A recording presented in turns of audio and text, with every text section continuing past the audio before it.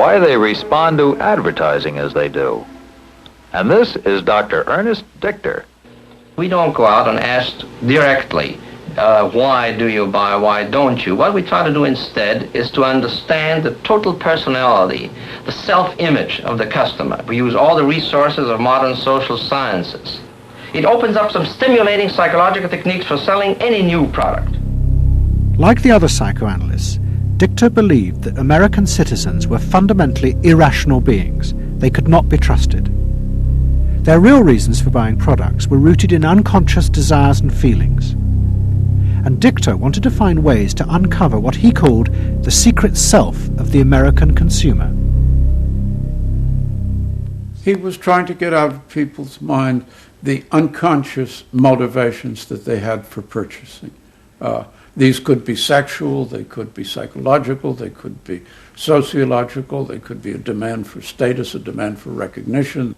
There were things that people couldn't verbalize or wouldn't verbalize because they were too secret to them. They were too much a part of their nature, and they would be embarrassed. They would be embarrassed if they came out and said things like this. He would interview people, but not ask them direct questions, but let them talk freely like you do in psychoanalysis.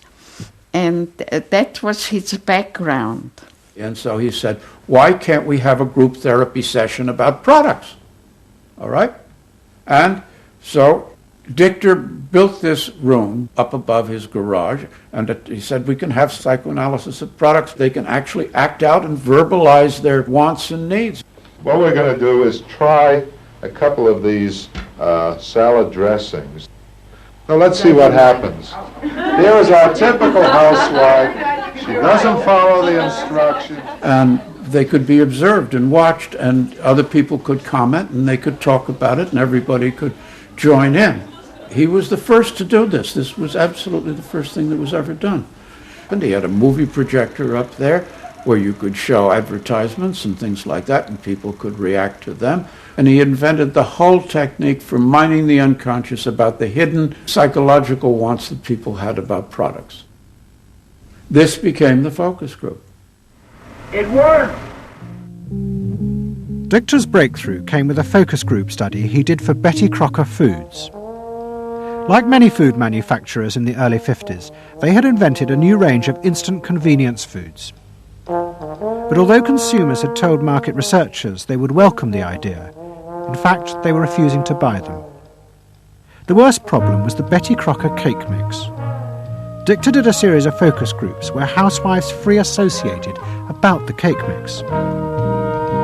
He concluded that they felt unconscious guilt at the new image being promoted of ease and convenience. In other words, he understood that the barrier to the consumption of the product was the housewife's feeling of guilt about using it. They basically, on one hand, wanted to make it easy for themselves, but they felt guilty about it. So what you've got to do in those circumstances is remove the barrier being guilt.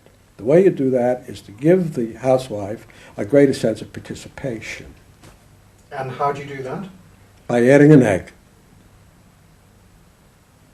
Simple as that. As simple as that. Dichter told Betty Crocker to put an instruction on the packet that the housewife should add an egg.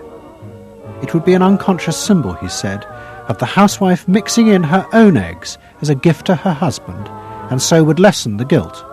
Betty Crocker did it, and the sales soared. My cake is ready. The consumer may have basic needs that the consumer himself or herself doesn't fully understand. You have to know what those needs are in order to fully exploit the consumer.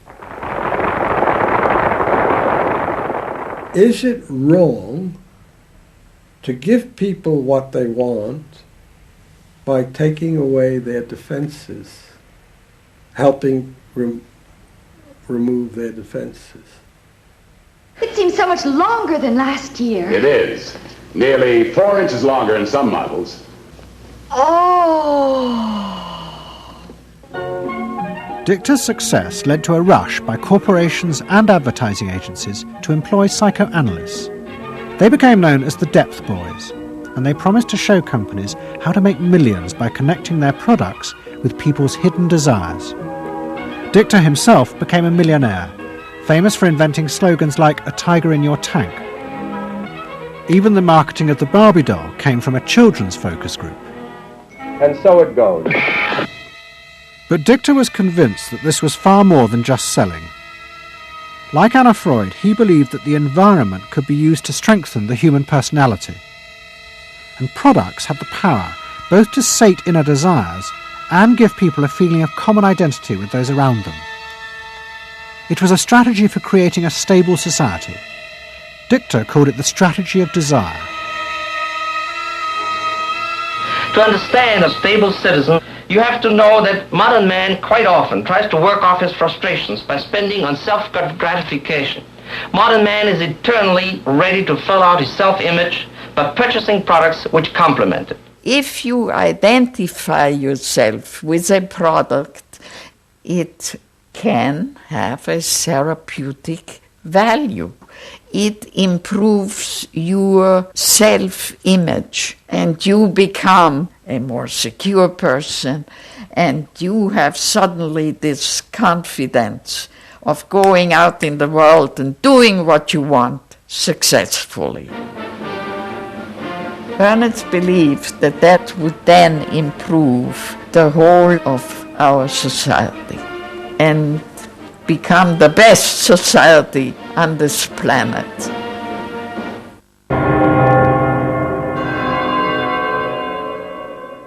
By the early 50s, the ideas of psychoanalysis had penetrated deep into American life. The psychoanalysts themselves became rich and powerful. Many had consulting rooms overlooking Central Park in New York. Politicians and famous writers like Arthur Miller and Tennessee Williams became their patients. They were seeking not just help, but to understand the hidden roots of human behavior. We were sought after. Washington was interested in what we think. You know, the important writers, important politicians were undergoing psychoanalysis. It was, we had waiting lists because there were so many patients that wanted to be analyzed. So it gave us a little bit of a swellhead. And as the psychoanalysts' ideas took hold in America, a new elite began to emerge in politics, social planning, and in business. What linked this elite was the assumption that the masses were fundamentally irrational. To make a free market democracy like America work, one had to use psychological techniques to control mass irrationality. They actually believed that this elite was necessary because individual citizens were not capable, if left alone, of being democratic citizens. The elite was necessary in order to create the conditions that would produce individuals capable of behaving as a good consumer and also behaving as a democratic citizen. They didn't see their activities as anti-democratic, as undermining the capacity of individual citizens for democracy. Quite the opposite. They understood that they were creating the conditions for democracy's survival and future. The rise of psychoanalysis to power in America was an extraordinary triumph for Anna Freud and her tireless promotion of her ideas. She remained in England, living with Dorothy Burlingham. On the surface, it was an idyllic life. She and Dorothy had bought a weekend cottage on the Suffolk coast. And in the summers, Dorothy's children came from America to visit with the grandchildren.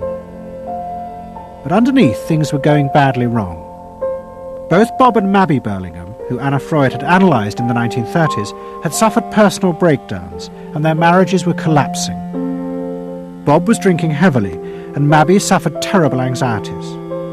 The real reasons for the visits to England were yet more analysis with Anna Freud. The problem was that it didn't look very good, did it? Because